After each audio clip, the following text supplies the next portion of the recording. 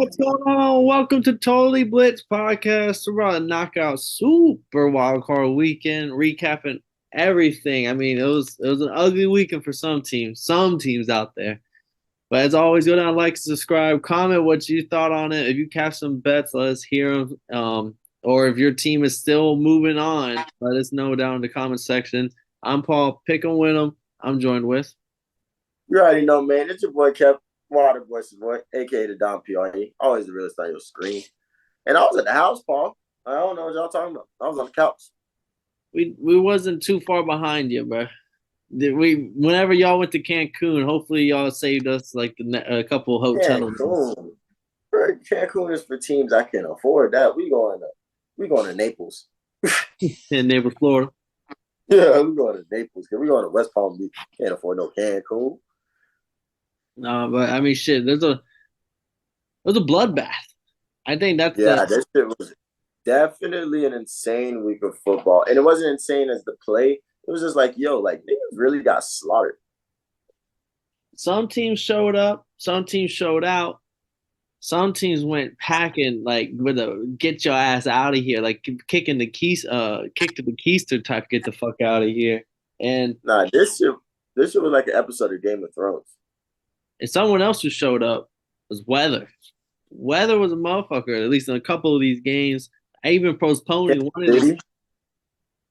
Bro, you seen the clip of the Steelers fans having to like fucking go through snow, like fucking rummage through like snow up to their waist just to get to their seats. Was it the Steelers or was it? Oh yeah, because they were at the Bills. Yeah, yeah, yeah. Yeah, Yeah, I saw that. I saw the one when they were shoveling and a Bills fan had no shirt on, waving it, and it slid down the stairs like it was a slide. And I was like, yeah, that's Buffalo Bills Mafia if I've ever seen it right there. bro. Them boys is I will say that stadium is lit because when they scored, they started throwing snowballs in there. That shit's pretty fire. I saw someone live tweet saying like, um, Steelers fans are despicable. They're throwing snowballs at Josh Allen's passes, trying to fuck him up.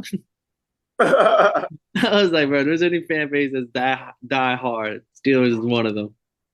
Yeah, Steelers is definitely one of them. But where do you really want to start off here? Should we start on the Saturday games? I mean, we low key can start about the main event, Slobber Knocker, that we didn't expect since we was already talking about the Buffalo Stadium. Bills All right. Mafia out there live, doing their things, running through tables, running around with no shirts on in the cold. Josh Allen doing Josh Allen shit. How'd you feel about your homies, the Buffalo Bills, Not beating my the homies. Pittsburgh? Not my homies, but there's definitely a lot of Steelers fans talking loud when the Dolphins lost. So I was stuck in a rock and a hard place on like I don't want to root for the Bills, but I also want to see the Steelers get their fucking asses destroyed just to quiet up home Pat because Pat was talking crazy. But I mean, this was the one I think because we didn't get any of the. Usually every year we get the a team doesn't belong type of game, and we didn't get many of that. We got a lot of like true underdog stories throughout the playoffs. Whereas this one I felt like was like the Bills showcasing like, hey, like this 7 seed shit shouldn't be happening because this is what happens when you put a 7 seed into the playoffs. So we just blow their fucking doors off the roof. Oh no, that's fucking funny as fuck. But I mean, don't come at the 7 seed. We love the Yeah, seven we can't seed. know more. We can't know more. But in that game, it was one of those like this team doesn't belong. Yeah, I mean, I'm not gonna say this team doesn't belong per se, because like it was 17-24 until they scored that Khalil Shakir scored that last touchdown, and he kind of just shook the fuck out of the entire fucking Steelers secondary to get that to score that one. It was like a 17-yard And he pass. did that crazy like his knee didn't hit the ground because like Yeah, type shit.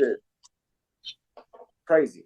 And then he got up and just got the shaking shit. So that was definitely a crazy play. But I mean, No, because I've I seen take Josh back what I Allen. said because early on it felt like that because it was 21-0. But then the Steelers flipped the switch and then the Bills started doing Bill type things and like stalling and like fucking up.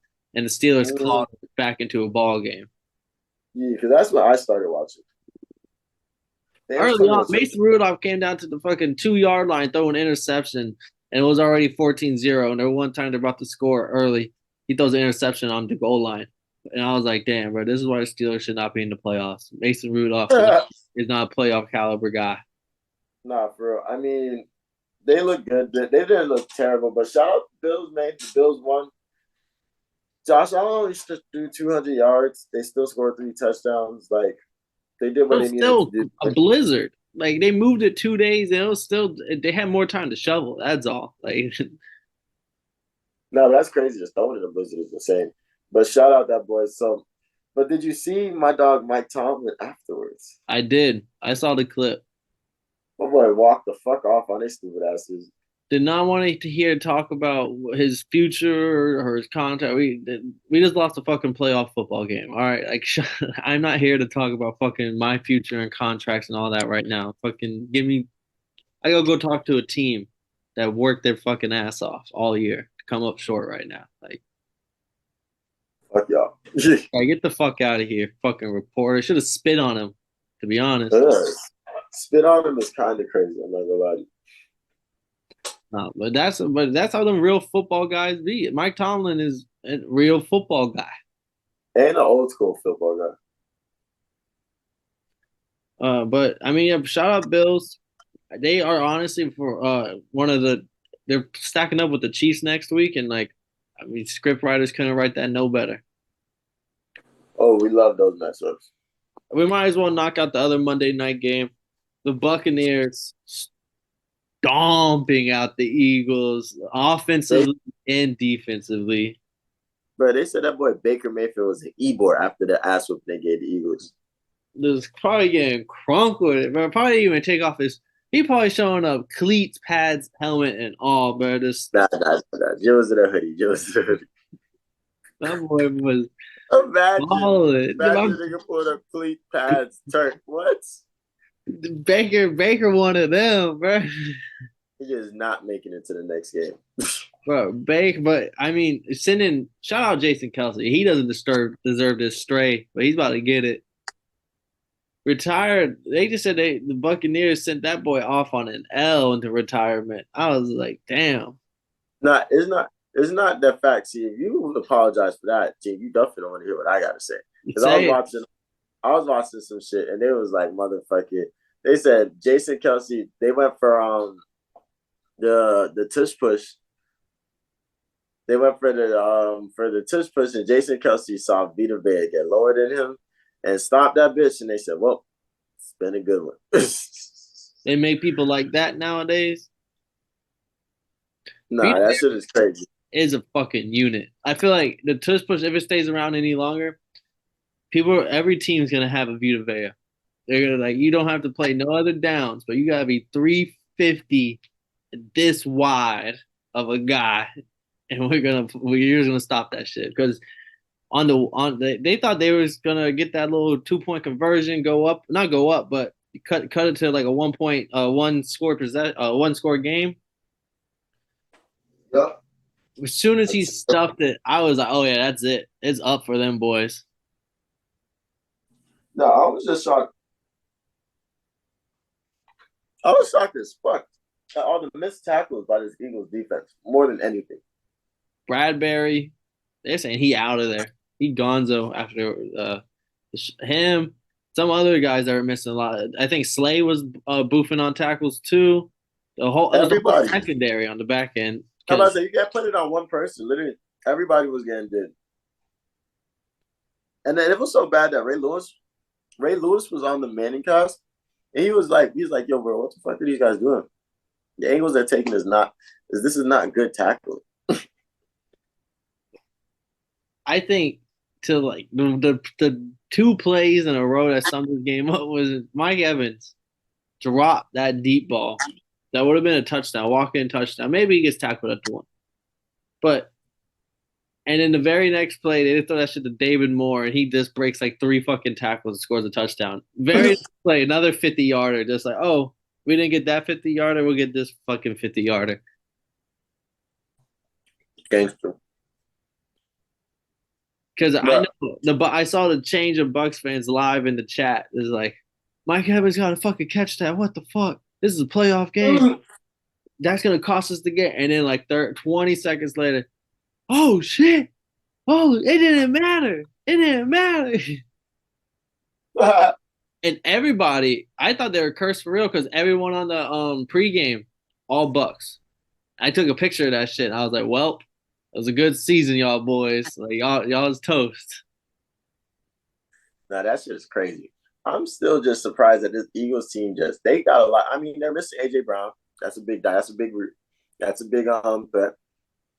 Yeah, Devontae Smith was cutting up though, but Jalen Hurts, I just didn't like. It was like his last play on. It was like a fourth down. It wasn't the last play of the game because the Bucks got it back, but one of the drives that they were going on, it was like a 4th and 9.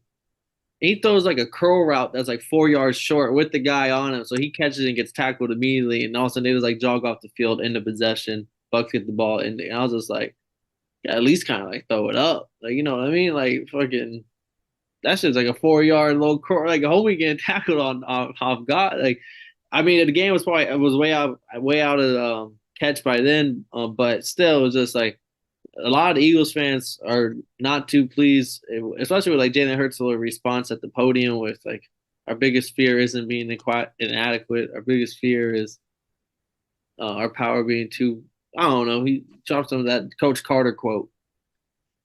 Nice. Um, I look at this team as a team definitely the definition of implosion. Um, I just want to know what the fuck happened.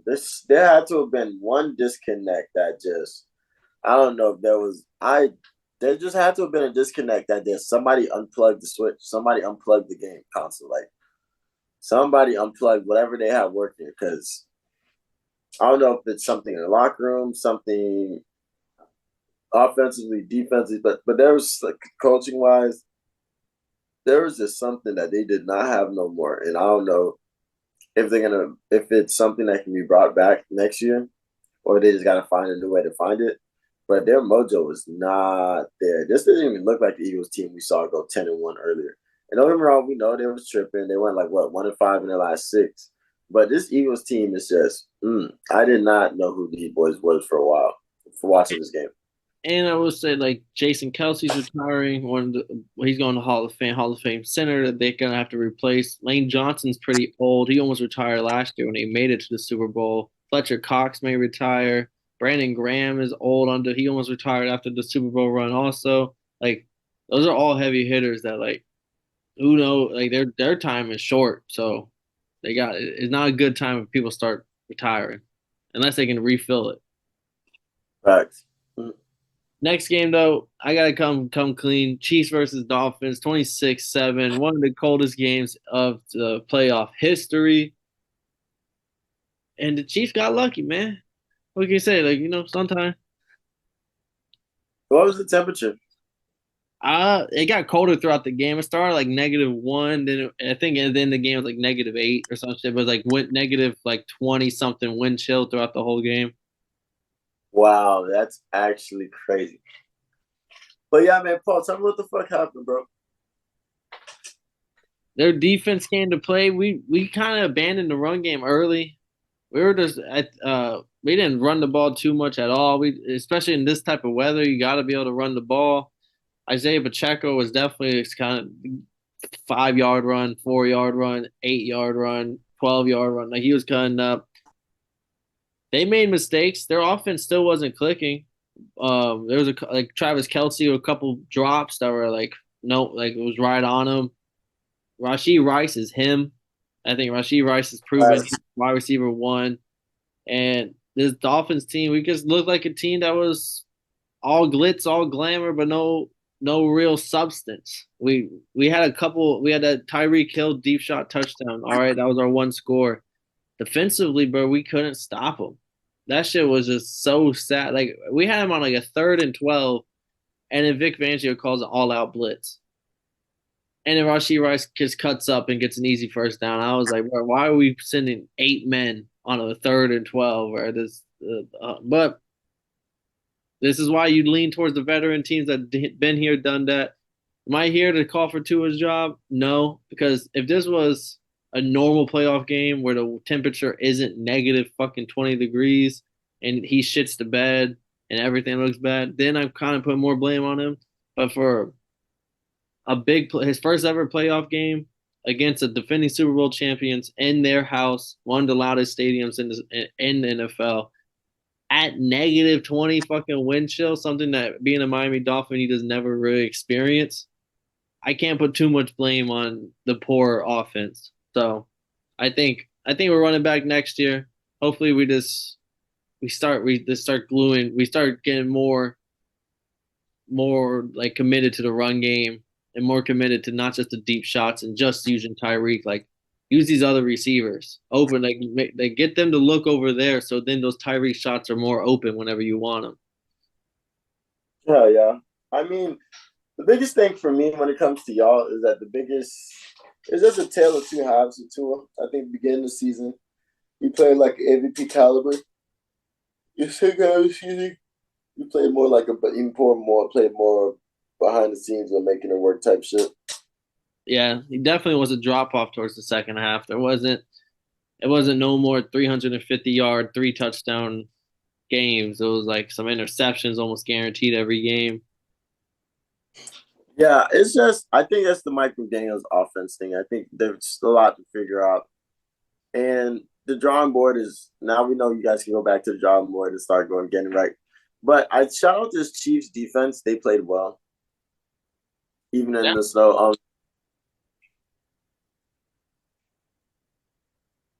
Oh, I mean, yeah, they definitely played well. There's that one play where Snead fucking put the Tyreek to the ground, like on the stuffed him. I was like, damn, right, it's not a good look. Only, Yeah, and only thing I'm happy is the game's on a Saturday, so people forgot by now. nah, that's cool. And then shout out Tyreek Hill for that catch. That shit was fucking crazy with a touchdown. Yeah, the our one and only. Shaking and baking, do what you got to do type shit. So yeah, I mean, sorry to not see your Dolphins continue in the playoffs, but hey, still 3 weeks of football there. Chiefs go on and win it all. It won't hurt as bad. We lost to the two-time Super Bowl champion. Next game, Texans Browns. Texans 45, Browns 14. The Joe Flacco magic finally wear it off. CJ Stroud is him. How did you feel about this domination of a football game? Bro, that's what it says, right? But like, that's what it looks like, right? But when I was watching this, I got to see the beginning because I watched a lot of these games in bits and pieces. Shit was like 5 lead changes when I was watching the shit. So when I came back and I seen it was like 45, I was like, bro, what the fuck happened? Early So on, it was a shootout, back and forth. yeah, I say it was 17-14, kid. And then next thing you know, it just stayed 14 for a minute. But shout out fucking this offense, D'Amico Ryans. I mean, the postseason don't count, but more reasons why my dog should be the coach of the year candidate. I'm just saying. Both sides of the ball. CJ Stroud, 16 of 21, 274, 3 touchdowns, and then 2 pick sixes by that defense for the fucking Texans. At that point, the That game was five. over. 2 pick sixes is dangerous.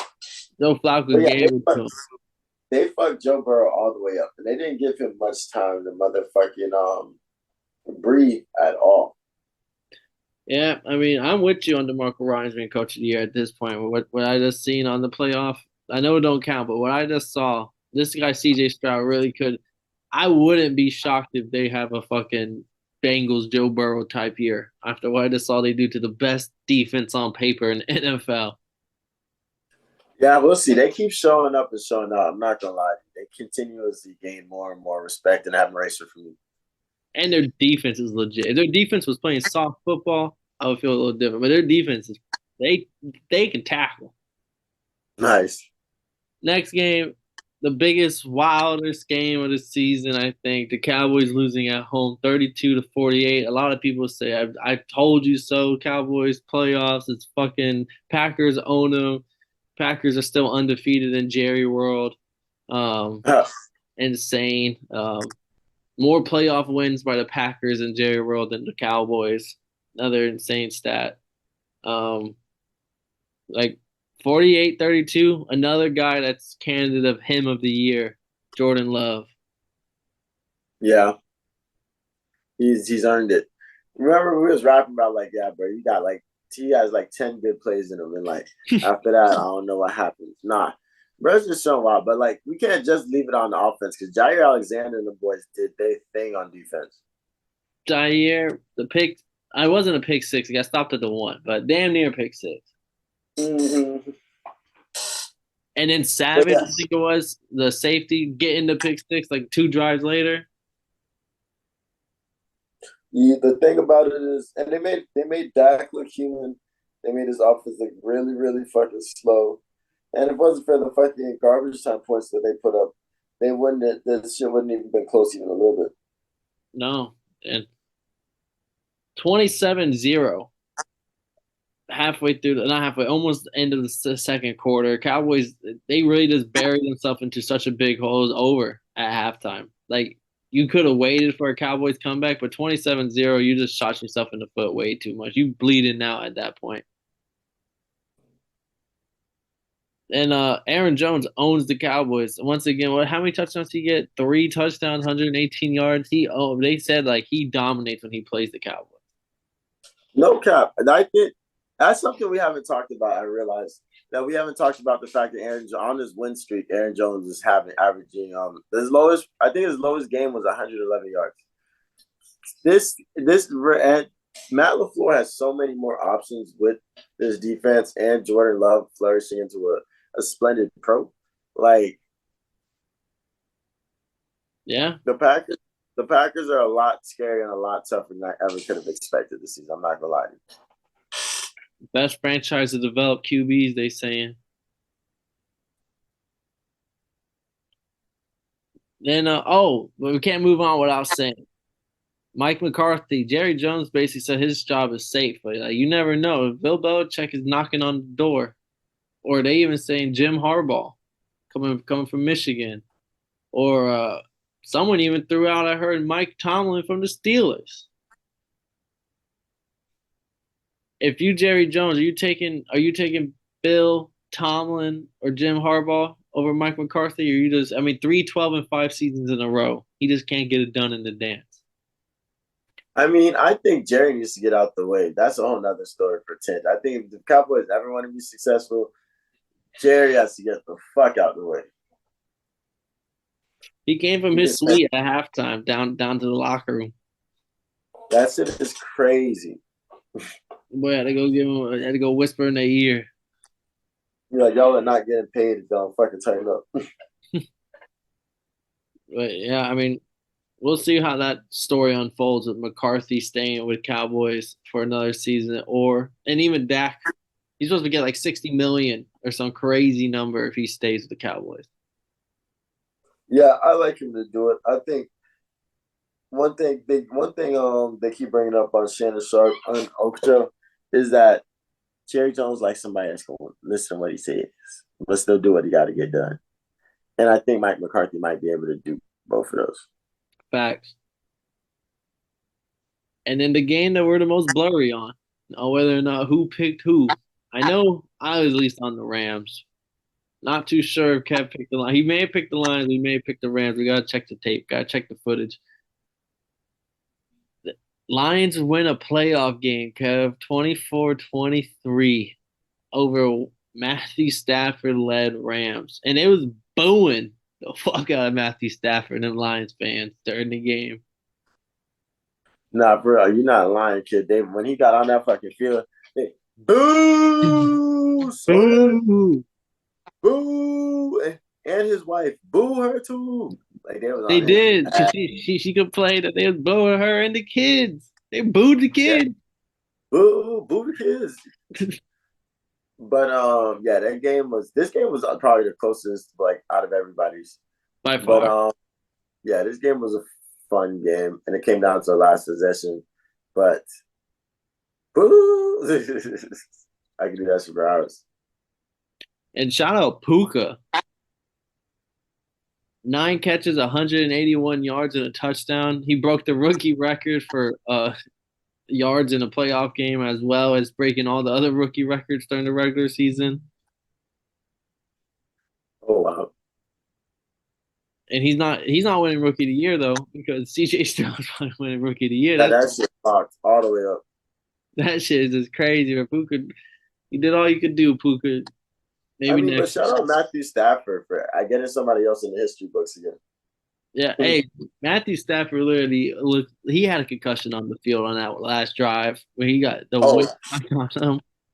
and shout out for being such a class act. Even him, he was saying it like, "I'm happy for the players." Yeah, shit. I'm happy for the players. I'm happy for MCDC. Them boys were crying. The fans were fucking crying at the fucking side. And when after they won that game call, I was like, "Oh, this is what the part of football nobody tells you about." Detroit Lions winning a playoff game, bro. I don't. If 30 years we in the started making. this podcast, we would have never thought that. 30 years in the making. Who would have known Jared Goff would have been the one that taken them to the dance? Amon St. Brown, later draft pick, making everyone that passed over him definitely look back and fucking hate themselves. No Laporta either. Huh? Really? Laporta will be back maybe for next week, but they didn't even have it for this game, and they still look pretty good. Nah, dead ass. I mean, it was a great game. I mean, shout out Jared Goff. That people put a lot more respect on his name now. You feel me? It's this what comes with the terrain, but it's a good win for my Lions. I'm quite happy for it. Close, but good win. And that sets us up. That's all the games, and it sets us up for a fucking crazy. Now we get to see Lamar and the 49ers. They had a week of rest. They're going to be back for the divisional round. I think it's Baker versus the Lions. It's Bills versus Chiefs. It's Packers versus 49ers.